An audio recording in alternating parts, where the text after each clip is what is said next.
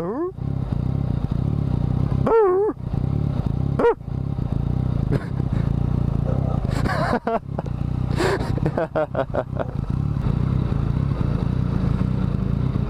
boy.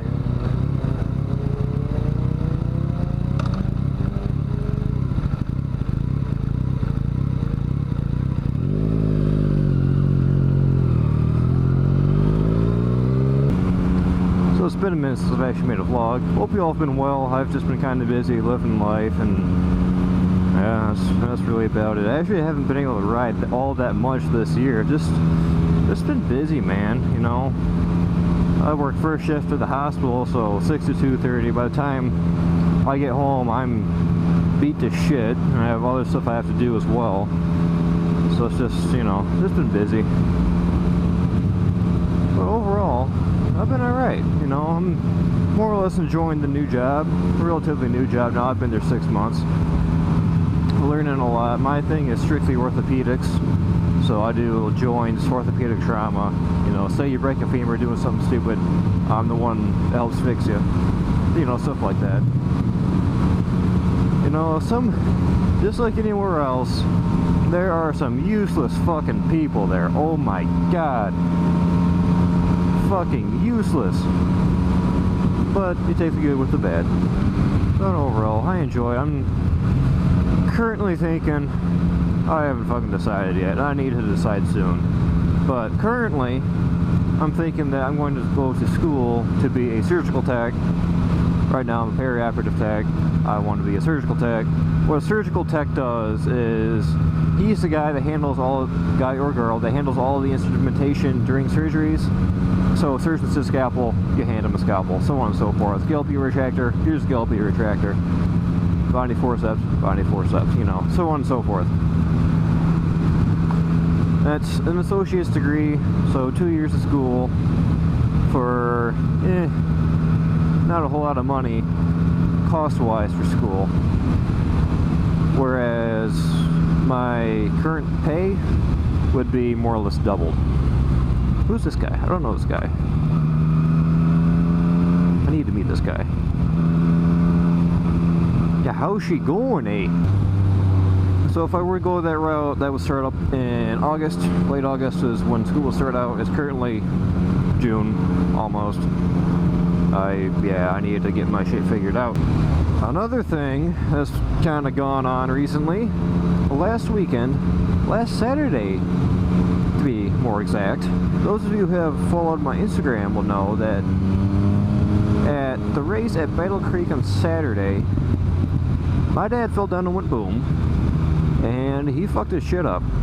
He fucked his shit up pretty good. He broke 2 ribs. It's not like he just like broke 2 ribs. Where he broke them, it was along his spine. Okay? So, on the posterior of his person, his back, broke 2 ribs. It was the 6th and 7th rib down, so if you're looking head on at a person, the first rib is kind of by the collarbone, then you go 1, 2, 3, 4, 5, 6, 7, so on and so forth. There's 12 total. 12. So he broke 6 and 7. He also collapsed his lung 80%. His right lung 80%. So, that was a whole lot of fun. That was Saturday afternoon, about 11:30, 12 o'clock that happened. Left the track, drove his happy ass up to St. Joe's, Livingston, which is off of Linden Howell, off of what the fuck ever road. Only because, granted, we both work at the U. We went there only because the ER at that particular hospital is faster than that at U of M.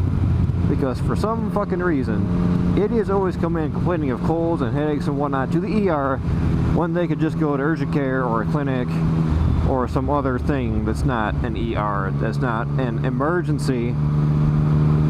You know what I'm trying to get to. It's stupid. Anyway, that's why we didn't go there.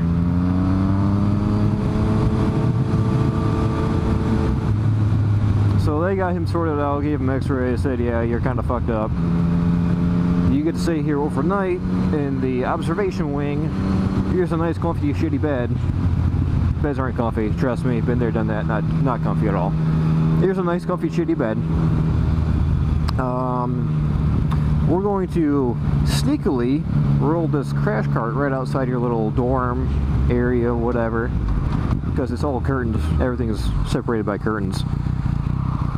So I walk in there. This was later on in the evening, once I got everything figured out and got the truck unloaded and all that happy fun shit. Walk in to see him, look over, there's a crash cart, and I'm like, oh boy, that's fun.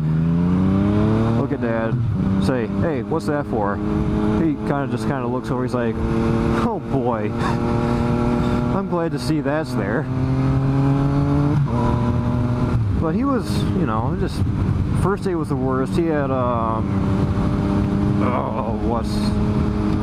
Uma something.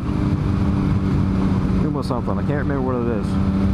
There was they didn't notice this at first. Pneumothorax is what it is. Pneumothorax. What it is a giant, or not giant, but a little bit of an air bubble in your chest cavity.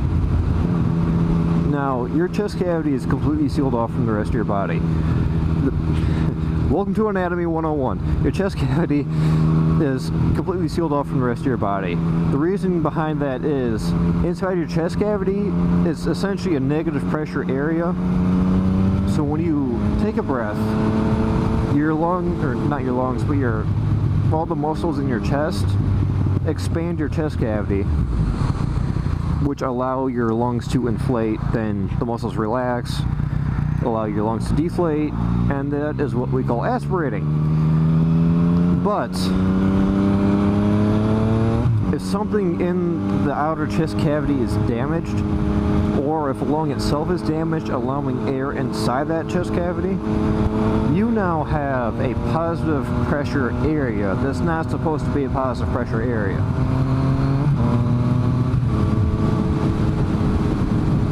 So what that means is there's fluids, blood, leaking into your chest cavity. Pressure from that fluid being in the chest cavity can cause your lungs to collapse, and it can be just a whole lot of fun from there. So the way around that, or the way to more or less fix that, is to put in a chest tube, which from what I've heard is a lot of fun. It's really not. So punctured or perforated lung, broken rib, or if the cartilage around the ribs is broken, that'll cause leak into the inner chest cavity and thusly cause things to not be doing what they're supposed to be doing. So what they did the first night was they took the x-rays, got, you know, looked and saw what was there, what wasn't there. They didn't realize the first day that his lung was 80% collapsed. Who the fuck knows why they didn't realize that? All they noticed was the broken ribs and the pneumothorax.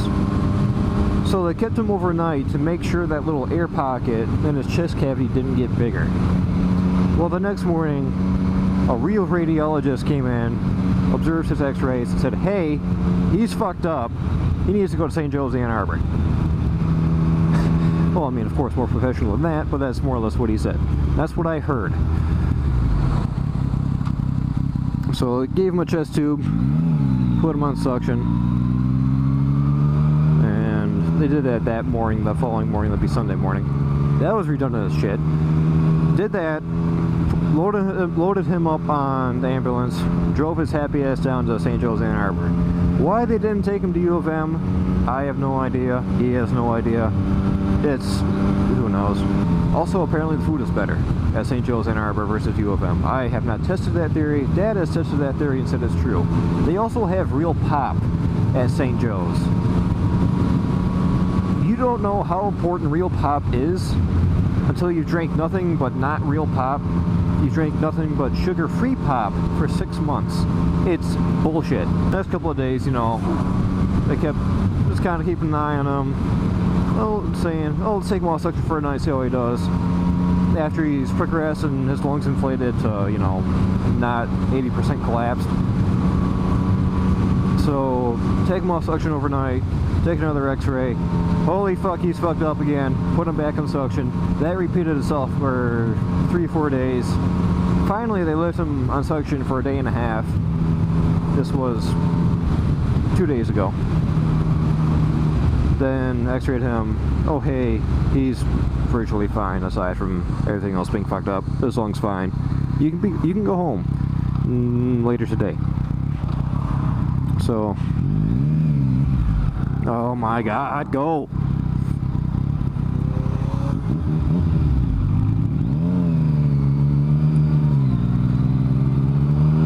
So yesterday, my grandparents swung out there while I was still at work. Picked him up, brought him home, and he's more or less fine. You know, he's just pissed off at the inconvenience of it all. Because he's like me, or I should say that I'm like him. We don't like to sit down. We're very busy people. We like to be doing shit. Sitting down every once in a while is nice, but being bedridden for more than, you know, sleeping is horseshit. We go nuts. So now he's home. He's trying to do stuff, but nobody's letting him do stuff, obviously. Just like how everybody else was when I broke my back, or broke my everything. So he's doing okay, you know. It's just, you know, every time I make him laugh, he's in pain. So of course I have to make him laugh more, because it's laughter's the best medicine. He is done racing motocross. He's done. He's done having any of that. Doesn't want to get hurt anymore. This, you know, this is actually the first time he's broken a bone. And apparently 1 time is enough for him. Apparently 4 times is not enough for me, you know. Just break everything. They have the technology. They can fix me. And so he's more than happy to just sit on the sidelines, take pictures, and full grill duty. So my ortho surgeon, the guy that fixed my elbow, I should be more specific and say my ortho trauma surgeon, the guy that fixed my elbow. No, I'll wait, I guess. No, I won't wait. See ya.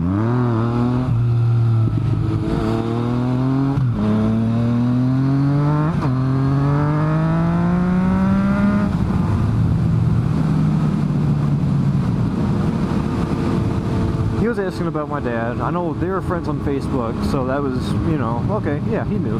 He knows. Then he started telling me to give my dad shit for being broken, to which I happily obliged, and promptly gave my shit for being broken, which I was doing anyway, but now I was told by a doctor to do it, so I had to do it. That's a cop. That is totally a cop. Hopefully I'm not getting pulled over. Am I getting pulled over? I don't think so. I don't think he cares. Sweet.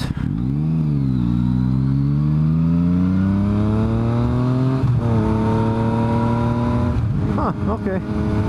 I'm not going to argue that. So I just want to let you guys know what was going on. Yeah, life's been going on. Shit's been happening. Stuff's been flying sideways. Up to and including motorcycles. So.